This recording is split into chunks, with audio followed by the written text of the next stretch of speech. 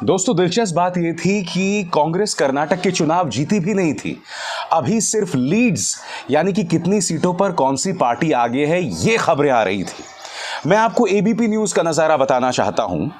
वहां पर जैसे ही भारतीय जनता पार्टी ने 113 यानी कि बहुमत का आंकड़ा छुआ, वो भी लीड्स में, तभी अचानक एक महिला एंकर जिन्होंने प्रधानमंत्री नरेंद्र मोदी से इंटरव्यू करते हुए कहा था कि आप कौन सा टॉनिक लेते हैं, उन्होंने कहा कि देखिए प्रधानमंत्री नरेंद्र मोदी का मैजिक, उन्होंने पूरी बाजी पलट दी।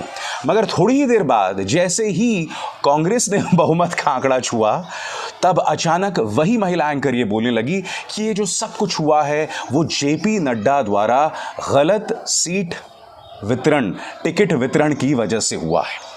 यही नहीं, एक चैनल के अंदर से मेरे एक इंटरनल सोर्स ने मुझे बताया है कि प्रधानमंत्री कार्यालय के एक जोशी जी हैं, जिन्होंने तमाम न्यूज़ चैनल्स को ये फरमान जारी कर दिया है कि अगर कर्नाटक के चुनावों में भाजपा हार जाती है तो फोकस जो है यूपी निकाय चुनावों में होना चाहिए, जहां इस वक्त भारतीय जनता पार्टी आगे चल रही है।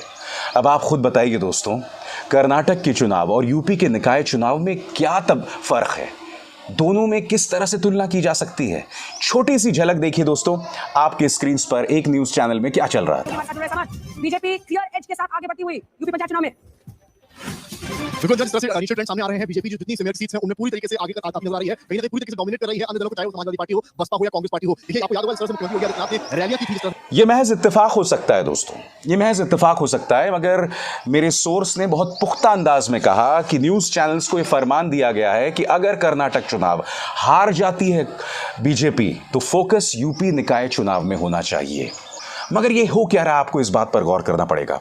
बजरंगबली के मुद्दे पर इतनी ज्यादा आक्रामक राजनीति करने के बावजूद भाजपा क्यों पिछड़ रही है, उसके लिए मैं आपको आज की कुछ तस्वीरें दिखाना चाहता हूं।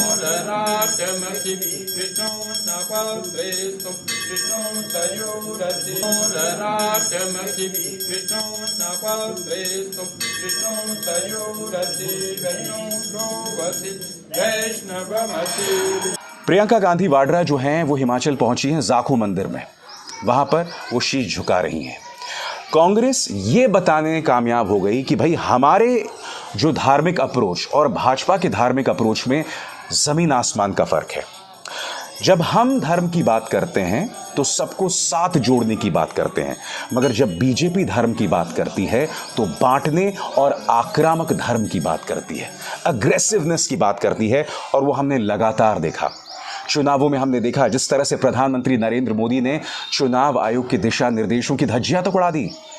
उन्होंने बजरंग बली के नाम पर वोट तक मांग डाला और इस गुनाह के लिए कायदे से चुनाव आयोग को उनकी चुनावी कैंपेनिंग पर रोक लगा देनी चाहिए थी। मगर आप जानते हैं चुनाव आयोग किस तरह से काम कर रहा था। उनका जो सारा जोर था वो सोनिया गांधी पर था या प्रियांक खड़गे पर था, मगर प्रधानमंत्री नरेंद्र मोदी पर को छूने की किसी ने हिम्मत तक नहीं की। तो ये एक बहुत बड़ा फर्क दिखा दोस्तों धर्म के मुद्दे पर। अब हम बात करते हैं राहुल गांधी के मुद्दे पर। आप देख सकते हैं यहां पर भारत जोड़ो यात्रा। यह बताया जा रहा है कि कर्नाटक में यह वही लम्हा था जब बारिश हो रही थी और राहुल गांधी अपनी बात रख रहे थे। ये वो निर्णायक मोड़ था जिसने कर्नाटक में कांग्रेस की जमीन को मजबूत कर दिया।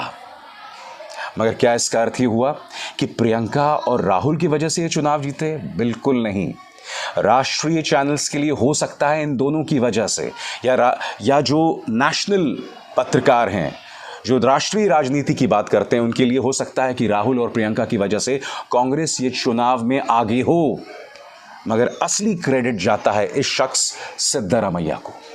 उनकी लोकप्रियता जमीनी स्तर पर लगातार बढ़ रही थी दोस्तों। मैं आपको बतलाना चाहूंगा सिद्धरामैया का जो वर्चस्व है वो लगातार बढ़ रहा था, और अगर उन्हें नजरअंदाज करके कांग्रेस ने किसी और को मुख्यमंत्री बनाया, क्योंकि डीके शिवकुमार लगातार कोशिश कर रहे हैं कि वो सीएम बने और इसको लेकर वो जद्दोजहद भी जारी रख रहे हैं। अगर सिद्धरामैया को नजरअंदाज किया गया और डीके शिवकुमार को के बारे में सोचा भी गया, अगर वो संघर्ष हुआ भी, वो सत्ता संघर्ष हुआ भी, तो कांग्रेस के लिए ये घातक हो सकता है। यकीनन इन चुनावों के बारे में कहा जा सकता है कि कर्नाटक के इतिहास में ढेरों चुनाव हुए हैं, मगर ये चुनाव अब तक के सबसे ज्यादा उग्र चुनाव थे। इस चुनाव ने कई लोगों को एक्सपोज किया दोस्तों। इनकम टैक्स विभाग को तो किया ही, उसे हम नजरअंदाज नहीं कर सकते। किस तरह से वो सक्रिय हो गए थे, किस तरह से वो कांग्रेस के नेताओं पर रेड्स मार रहे थे। और चुनाव आयोग जिसका रवैया पूरी तरह से एक तरफा था, पूरी तरह से उनका हमला जो था वो कांग्रेस पर था। चाहे प्रियंक खड़गे जिन्होंने प्रधानमंत्री को नालायक बुलाया, इस मुद्दे को लेकर उन्होंने उन्हें तलब किया। यही नहीं, आपको याद होगा सोनिया गांधी ने अपने भाषण में कर्नाटक के लिए संप्रभु शब्द का इस्तेमाल किया, सॉवरेन। इसको भाजपा ने एक बहुत बड़ा मुद्दा बनाया था।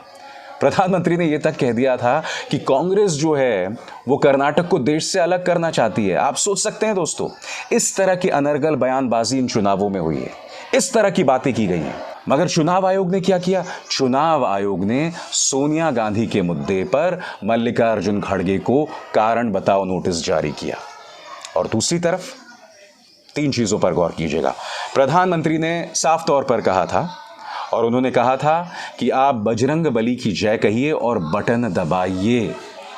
ये बात प्रधानमंत्री ने कहा, और मैं आपको पहले भी बता चुका हूं कि ये साफ तौर पर चुनाव आयोग के दिशा निर्देश नंबर 1 और दिशा निर्देश नंबर 3 का उल्लंघन है। ईश्वरप्पा, उन्होंने तो ये तक कह दिया कि हमें मुसलमानों की वोट की जरूरत नहीं है। उन पर भी पाबंदी लगाई जानी चाहिए थी, मगर उन पर कोई एक्शन नहीं हुआ। देश के गृह मंत्री जो भड़काऊ बयान दे रहे थे, और वो भड़काऊ बयान क्या थे कि अगर कांग्रेस सत्ता में आ गई तो कर्नाटक में दंगे शुरू हो जाएंगे। जबकि आप बखूबी जानते हैं कि हिजाब मुद्दे को किसने भड़काया था। जवाब, भाजपा। हम सब जानते हैं कि तेजस्वी सूर्या जैसे जो नेता हैं वो किस तरह के भड़काऊ सियासत करते रहे हैं। तो इन तमाम चीजों के बावजूद चुनाव आयोग की नींद जो है, कुंभकर्णी नींद नहीं टूटी।